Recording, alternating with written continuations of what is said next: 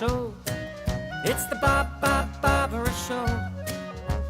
Coming your way with a smile today. Down the humorous path with a lark and a laugh. It's the Barbara Show. The Barbara Show. Welcome to Humorous Adventures with Barbara. Well, welcome again to the Humorous Adventures with Barbara. Today, I'm going to talk about maybe it was my worst day. I don't know. People have said, if that's your worst day, boy. Anyway, here's just a story. I went to a party the night before with high-heel cloth shoes. The party happened to be held in a backyard, so my shoes were sinking into the mud and the dirt. So the next day I look at these shoes, and these cloth shoes are destroyed. Either I have to find a cleaner that can clean them, or I have to toss them, and I love those shoes. So I decide the next day after work, I'll bring the shoes to a cleaner that's nearby.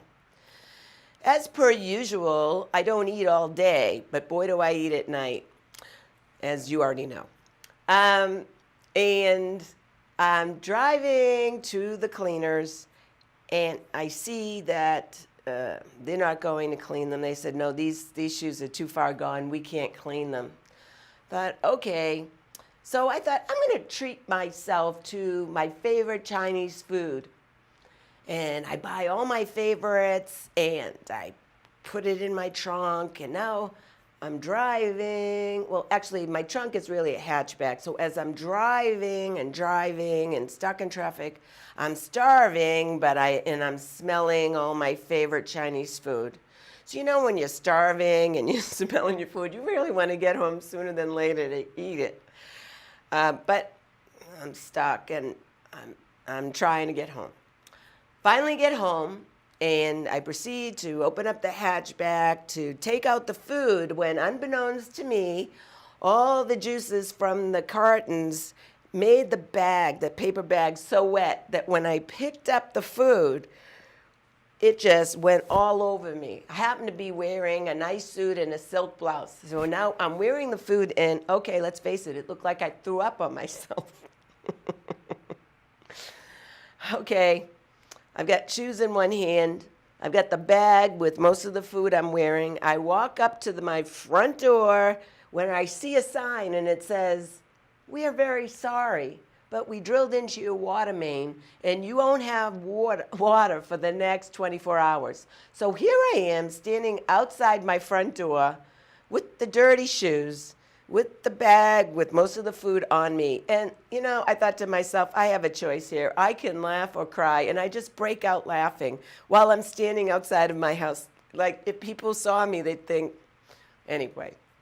I go inside my house, change my clothes, and now proceed to get in my car to go to the cleaners near me to see if they can clean my shoes and also clean my suit that looks like I threw up on myself. And while I'm waiting in line, there happened to be this gorgeous guy standing there, and as I put my clothes on the counter, it looked like whatever.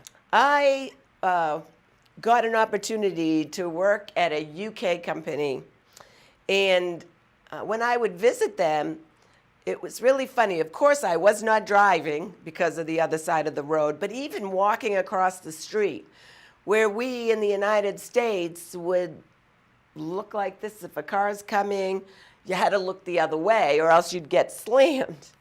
Now, they also liked the fact that they could say they had an office in the United States in Silicon Valley. It happened to be my apartment when I happened to live in Palo Alto. And, you know, I loved working remotely, kept in contact with them all the time. But to do demonstrations for my computer software, I wasn't going to have strange men, or, well, not strange men, but men I didn't know come to my house to do a demo. So there was one guy in San Francisco, and I said, hey, I'll come up to San Francisco. Why don't we meet in the lobby of the W Hotel, and I'll do a demonstration? He goes, great, because the lobby in the W Hotel in San Francisco happens to be really happening. So here I am in my suit and have my computer, and I do the demonstration, and he was very impressed. And then he looked at his watch and he said, "Oh, it's about 5 o'clock. Why don't we just go across the street to the Topless Bar?" And I'm thinking to myself, what did he just say to me? I look down to see if maybe my buttons are open, if I'm exposing myself. And as these thoughts are going through my head, I'm thinking, I don't care how much this deal is worth. He's not saying that to me, go across the street to a topless bar. So I said to him, "Excuse me, did you just say you want me to go with you across the street to a topless bar?" And he just leans back and has such a belly laugh and starts cracking up. And he said, "I didn't ask you to go across the street to the topless bar. I asked you to go across the street to a tapas bar." Well, being from Boston, I never heard that term tapas. I now know that tapas is a Spanish appetizer. Well, who knew? He said, "Oh, this is so funny. Can I call my wife? She's got to join us. You're a big laugh." Well, needless to say, he called his wife. We went across the street to the tapas bar, and we had a good time. Now, working for this UK company, I was in charge of getting all these deals in the United States, and I got this big opportunity with a large retail chain in New York City. And since I lived in California and we had this big promotion going on as a pilot for 12 retail stores in the city, they put me up in a hotel near Times Square, really nice area hotel. And I was there like 3 weeks out of the month. I would only go home to pay my bills and then come back.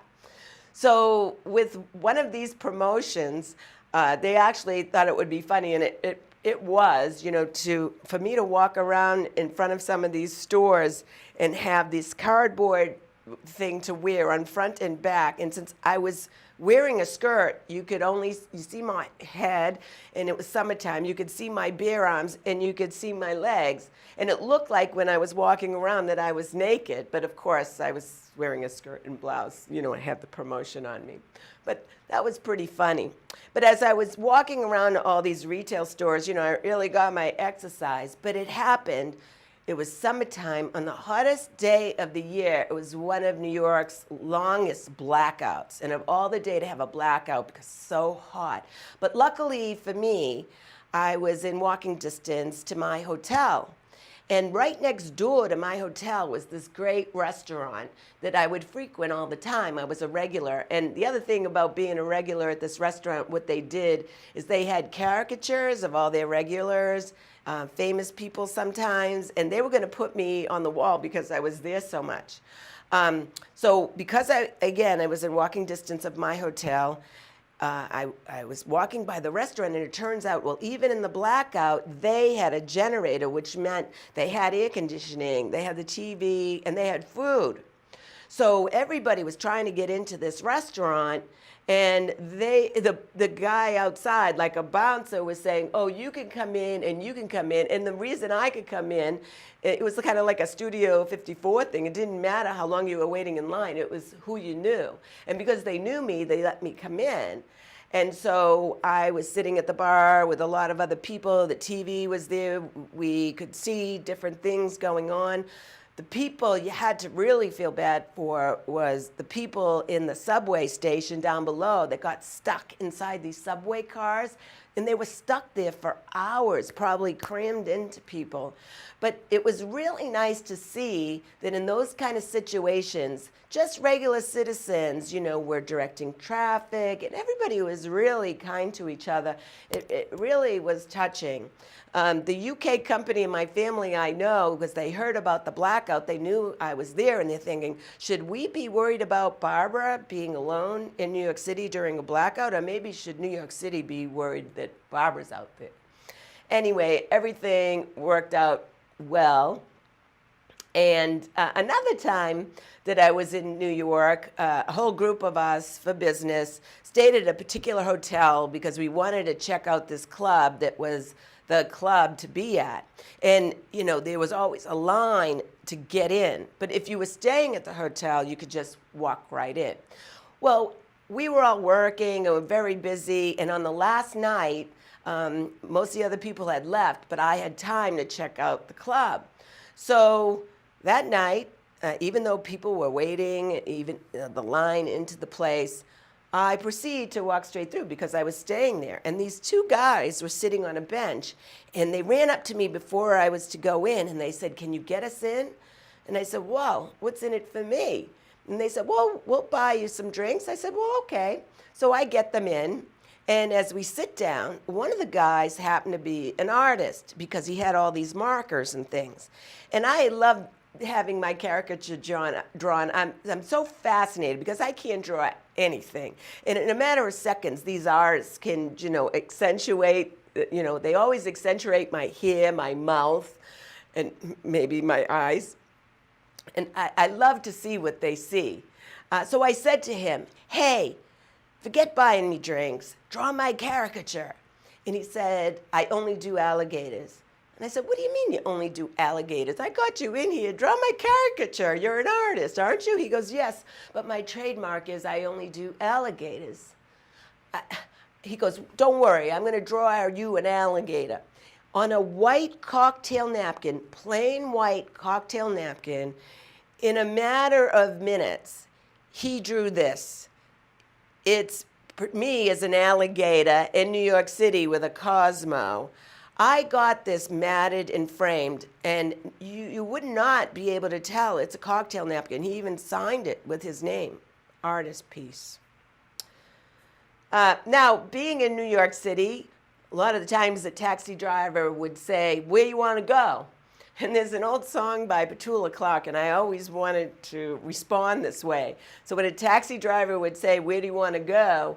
I say, "I want to go downtown, downtown. When you're alone and life is making you lonely, you can always go downtown." I'll spare you me singing the rest of the song. Now, I like to say things for a reaction sometimes, and just to say something.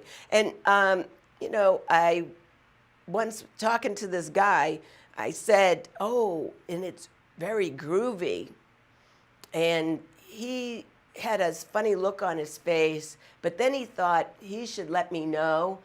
And he told me, "I just have to tell you that the word groovy has gone out of style."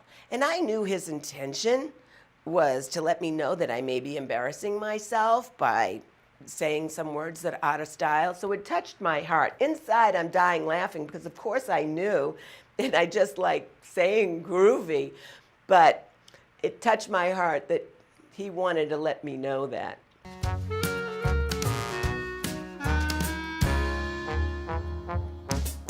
It's the Barbara Show. It's the Barbara Show. Coming your way with a smile today. Down the humorous path with a lark and a laugh. It's the Barbara Show. The Barbara